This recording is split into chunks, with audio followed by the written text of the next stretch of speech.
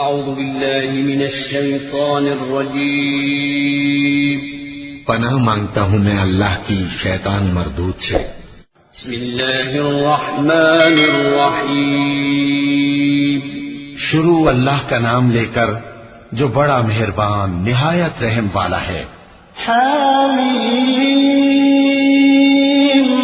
والکتاب المبین انا انزلناه فی لیلة مبارکہ انا كنا منذرین فیہا یفرق كل امر حکیم امرا من عندنا انا كنا مرسلین رحمة من ربك إنه هو السميع العليم رب السماوات والأرض وما بينهما إن كنتم موقنين لا إله إلا هو يحيي ويميت ربكم ورب آبائكم الأولين۔ حامیم، اس کتاب روشن کی قسم کہ ہم نے اس کو ایک مبارک رات میں نازل فرمایا، ہم تو خبردار کرنے والے ہیں۔ اسی رات میں تمام حکمت کے کام فیصل کیے جاتے ہیں، یعنی ہمارے ہاں سے حکم ہو کر بے شک ہم ہی فرشتوں کو بھیجتے ہیں۔ یہ تمہارے پروردگار کی رحمت ہے، وہی تو سننے والا ہے، جاننے والا ہے۔ آسمانوں اور زمین اور جو کچھ ان دونوں میں ہے سب کا مالک، بشرطے کہ تم لوگ یقین کرنے والے ہو۔ اس کے سوا کوئی معبود نہیں، وہی زندگی دیتا ہے اور وہی موت دیتا ہے، وہی تمہارا اور تمہارے پہلے باپ دادوں کا پروردگار ہے۔ بل هم في شك يلعبون فارتقب يوم تأتي السماء بدخان مبين يغشى الناس هذا عذاب أليم ربنا اكشف عنا العذاب إنا مؤمنون أنى لهم الذكرى وقد جاءهم رسول مبين ثم تولوا عنه وقالوا معلم مجنون إنا كاشف العذاب قليلا إنكم عائدون يوم نبطش البطشة الكبرى إنا منتقمون۔ لیکن یہ لوگ شک میں پڑے کھیل رہے ہیں، تو اس دن کا انتظار کرو کہ آسمان سے صاف دھواں نکلے گا جو لوگوں پر چھا جائے گا، یہ درد دینے والا عذاب ہے۔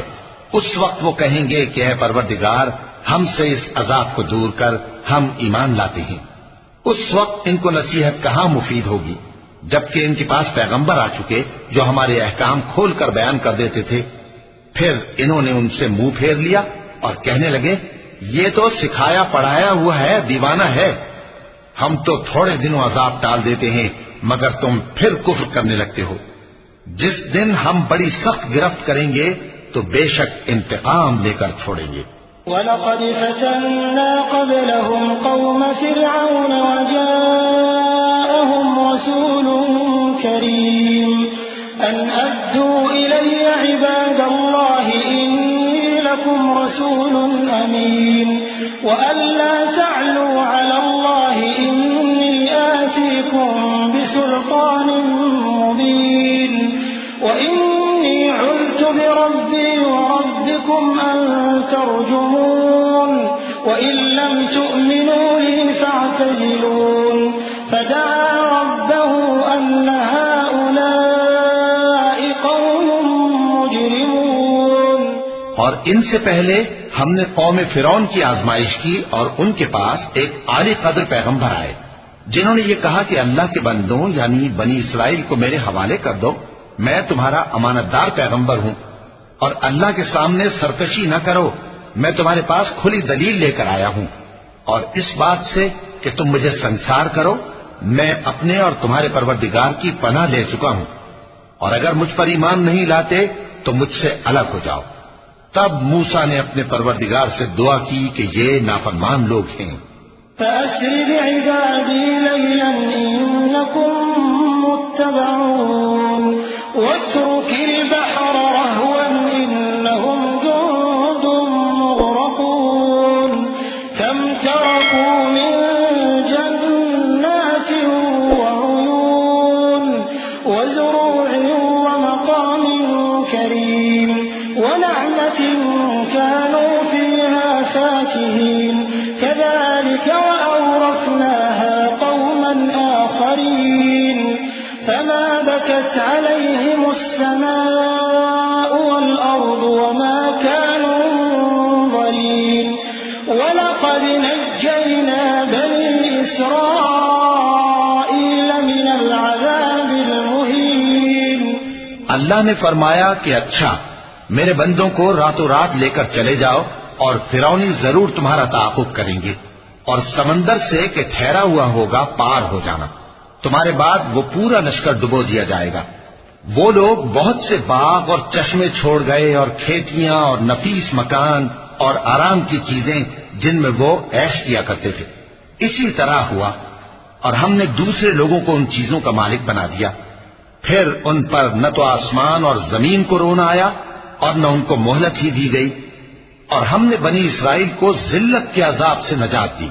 من فرعون إنه كان عاليا من المسرفين ولقد اخترناهم على علم على العالمين وآتيناهم من الآيات ما فيه بلاء مبين إن هؤلاء ليقولون إن هي إلا موتتنا الأولى وما نحن بمنشرين فأتوا بآبائنا إن كنتم صادقين أهم خير أم قوم تبع والذين من قبلهم أهلكناهم إنهم كانوا مجرمين.